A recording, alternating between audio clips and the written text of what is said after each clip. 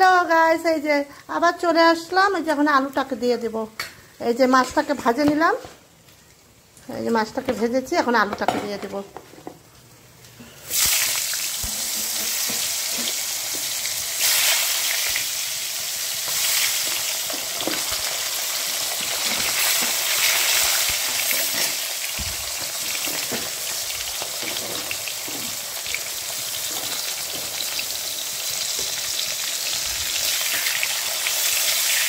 একটু হলুদ লবণ দিয়ে দেব,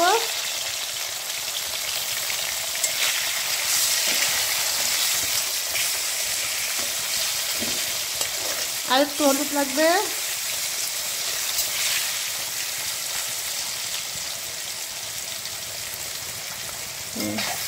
হলুদ লবণ দিয়ে দিলাম।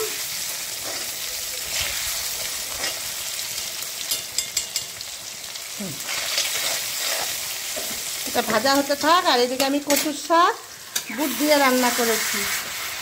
রসুন সম্বার দিয়ে কালো জিরা দিয়ে বুট দিয়ে দিয়েছিলাম, বুটটা ভেজে নিয়েছি।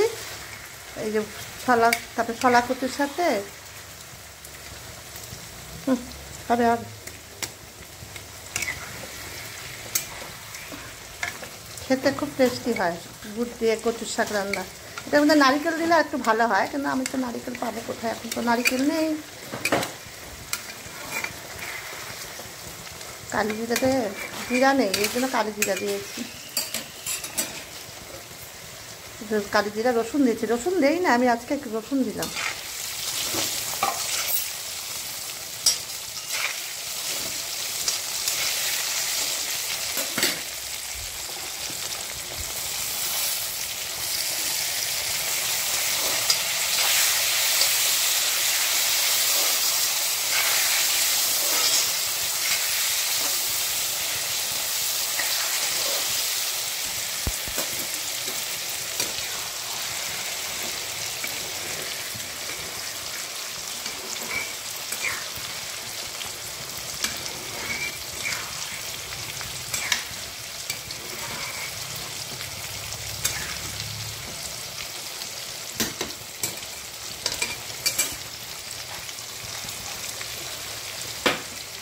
Hello guys, good afternoon.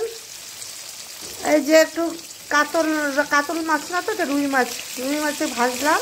রুই মাছের ঝোল করবো আলু দিয়ে।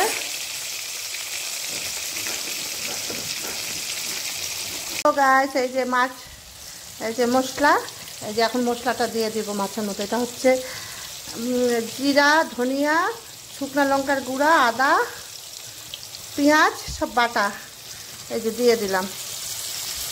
ধনিয়া দিয়েছি, ধনিয়া বাটা, জিরা বাটা, পেঁয়াজ বাটা, শুকনো লঙ্কা বাটা।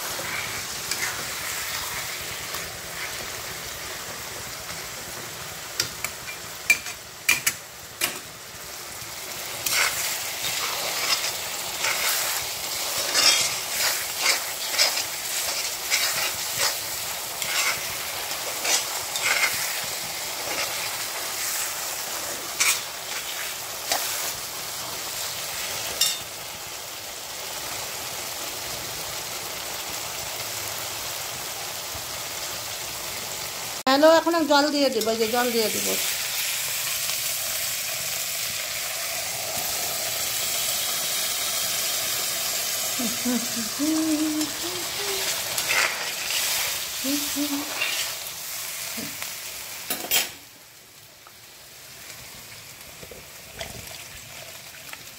এখন ঢাকা দিই, ওই ঢাকে ঢেকে দেই।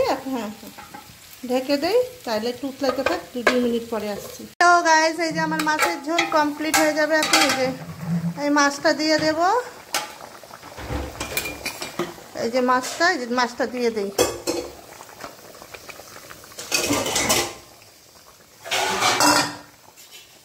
এই 2 মিনিট মাছটা একটুখানি সেদ্ধ হোক ঝোলে। পাতলা করে করবো আজকে মাছের ঝোল।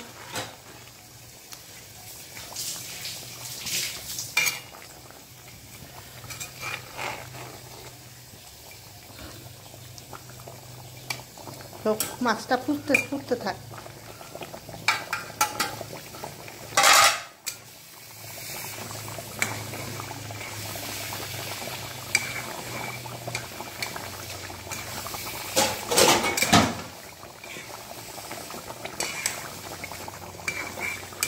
যে আমার কচু শাকও কমপ্লিট, আরেকটু হবে কচু শাক হয়ে গেছে। মাছটা কমপ্লিট হয়ে গেল। মাছটা একটু 2 মিনিট ফুটুক।